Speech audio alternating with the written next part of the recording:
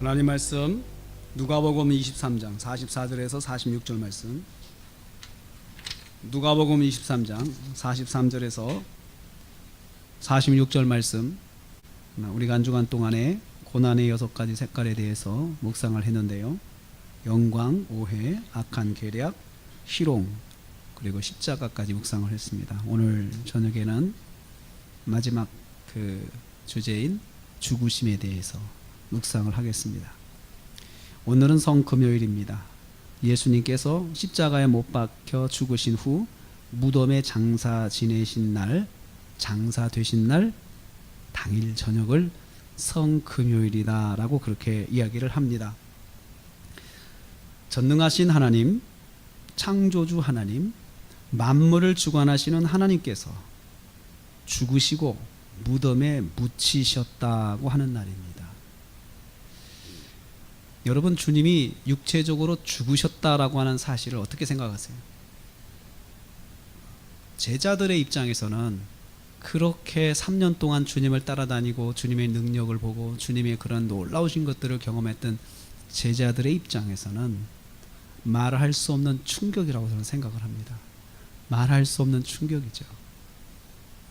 자연 만물을 다스리시고 바람도 잠잠하게 하시고 죽은 자도 일으키시고 하는 그 주님께서 자신이 죽으셨다는 사실, 모든 일을 실망하게 만들고 모든 일을 고통스럽게 하고 제자들을 더욱더 혼란스럽게 하고 그리고 제자들을 힘들게 했던 사건이라고 생각을 합니다. 그런데 오늘 주님께서 분명히 숨지시니라 죽으심의 사건, 죽으심의 체험을 하시는 것을 여기서 볼 수 있습니다. 첫째로 죽음 직전까지 십자가 위에서 차마 눈뜨고 볼 수 없는 고난을 주님이 당하시는 것을 말씀하고 있습니다. 44절에 보니까 십자가 앞이 캄캄해진 거죠. 어두워진 거죠. 앞뒤를 분간할 수 없을 정도로 어두운 그런 상황이 된 것입니다.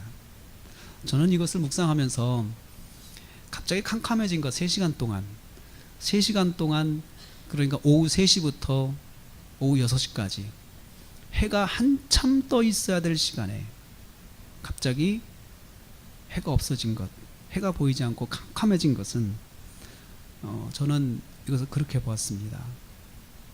우리가 눈을 감으면 캄캄해지잖아요. 그렇죠? 하나님께서 눈을 감으신 거예요. 더 이상 볼 수 없는 거예요. 더 이상 하나님께서 그 십자가의 그 장면을, 그 자리를 더 이상 볼 수 없을 정도로 예수님의 고난을 차마 못 보시고 눈을 감으신 것 같은 그런 모습이라고 생각을 합니다.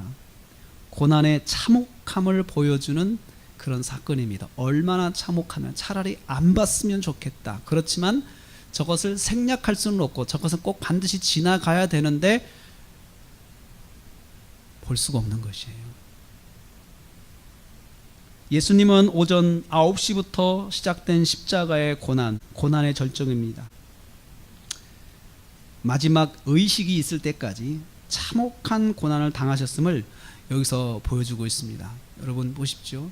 손과 발에 못이 박히고 그 매달려 있을 때 얼마나 고통스럽겠습니까? 그래서 저는 이 장면을 보면서 정말 사람이 당할 수 있는 고난의 절정을, 의식을 가지고 당할 수 있는 고난의 절정을 십자가에서 다 당하시고 그리고 죽으신 것입니다. 두 번째로 죽음 직전 마지막 숨을 몰아쉬었습니다. 46절에 보니까 전반부에 큰 소리로 불러 이르시되 아버지 내 영혼을 아버지 손에 부탁하나이다 말씀하셨습니다. 마지막 고통의 숨을 몰아쉬면서 성부 하나님 아버지의 뜻을 순종하신 것입니다.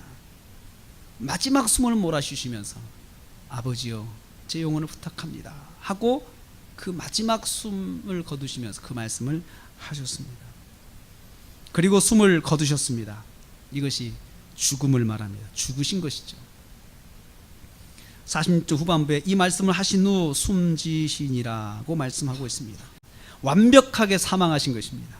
어느 누구도 더 이상 생명을 유지할 수 없는 상태까지 가서 거기서 숨을 거두신 것입니다. 그래서 이 십자가의 죽으심의 사건은 혹자들이 이야기하는 기절했다 그런 그 말들을 하는데 기절할 수가 없습니다.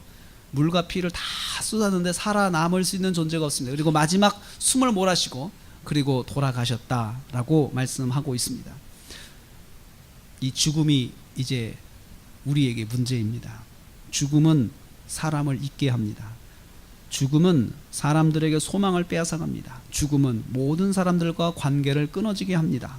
이 죽으심을 통해서 지금까지 예수님을 따랐던 모든 사람들의 마음을 좌절하게 했습니다. 모든 사람의 마음을 떠나게 했습니다. 그나마 가까이 있던 사람들이 확실한 주님의 사망을 목격하는 목격자가 되었지, 그 사람들조차도 희망을 가질 수가 없이 진짜로 돌아가셨구나라는 사실을 확인하는 사람들이 되었습니다. 그러나 죽으신 예수님께 소망을 가질 수는 없었을 것입니다. 가까이에 있었지만 그렇게까지 해서 돌아가신 주님에 대한 소망을 가질 수는 없었을 것입니다. 죽으심은 주님에 대한 실망을 쏟아내게 한 결과를 가져왔습니다. 전능하신 하나님에 대한 실망을 떠안게 된 죽음이었습니다. 그래도 죽음의 과정을 생략할 수 없었습니다. 이런 엄청난 죽음의 사건을 건너뛰고 십자가 사건이 일어나면 안 될까? 우리가 생각하는 것처럼 십자가상에서 그냥 뭔가 큰 놀라운 역사와 기적을 통해서 십자가에서 싹 내려오신다든지 그렇게 하면 안 될까요? 꼭 주님이 죽으셔야만 했을까요? 죽으면 사람들이 실망하고 떠날 텐데, 주님에 대해서 모두가 낙심할 텐데 꼭 죽어야만 했을까요? 죽음이 없는 십자가 사건 있으면 안 됐을까요? 그래도 죽음의 과정은 생략할 수가 없었습니다. 죽음이 있어야 부활이 있기 때문입니다. 죽음 없는 부활은 있을 수 없는 것이기 때문입니다.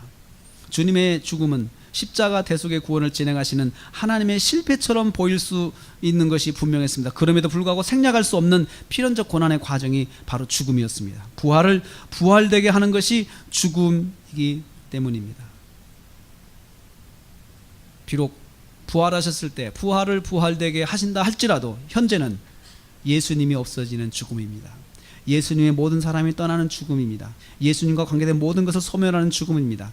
예수님의 구속사가 실패로 돌아가는 것처럼 보이게 하는 죽음입니다. 이 죽음을 몸소 감당하시며 희생 제물이 되신 것입니다. 주님 죽으신 그날 밤인 오늘 모든 제자의 마음을 고통스럽게 하였습니다. 그 주님은 이제 사망 권세를 이기실 준비를 하시는 밤이 시작되었습니다. 모두가 끝났다고 생각했지만, 그리고 모두가 실망했지만, 그리고 더 이상 주님께 소망을 가질 수 없다고 생각하고 모든 소망을 다 내려놓았을 그 시간, 주님은 사망 권세를 이기시고 부활하실 준비를 하시고 있습니다. 우리는 모르는 가운데 주님의 구원의 계획을 진행하시고 이루시는 주님이십니다. 우리가 당하는 고난 가운데 이런 고난이 있습니다. 모든 것이 끝났다, 다 내려놓고 싶은 고난. 나는 믿음으로 했어요. 나는 주님 말씀대로 했어요. 그런데 된 것이 하나도 없었어요. 그래서 모든 것을 다 내려놓고 싶은 그런 마음. 마치 죽음이 오면 모든 것이 다 없어지고 소망도 없어지고 관계도 끊어지고 모든 것을 다 내려놓아야 하는 것처럼 그런 상황이 있을 때 주님은 무덤에 계시면서 주님의 부활의 계획을 진행하십니다. 우리가 느끼지 못하는 가운데, 우리는 알지 못하지만 우리가 조금이라도 힌트를 느낄 수 없는 그 순간을 통해서 주님은 일하고 계셨습니다. 이처럼 주님은 지금도 우리의 삶 속에서 그렇게 역사하시는 분이십니다.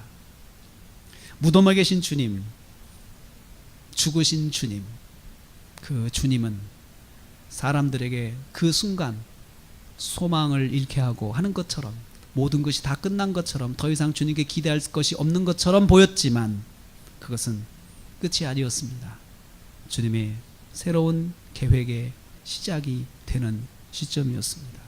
혹시 여러분, 나는 믿음대로 바라봤지만 아무 열매가 없어서 낙심되고 좌절되는 것이 있습니까? 내려놔야겠다 하고 이젠 끝났다 하고 놓고 싶은 것이 있습니까? 만약에 주님의 말씀대로 순종한 것이라면 소망을 가지십시오. 주님이 하신다는 거예요. 그래도 놓지 마십시오. 그래도 붙잡으십시오. 아니 뭐라고 설명은 할 수 없지만 그래도 주님은 하신다.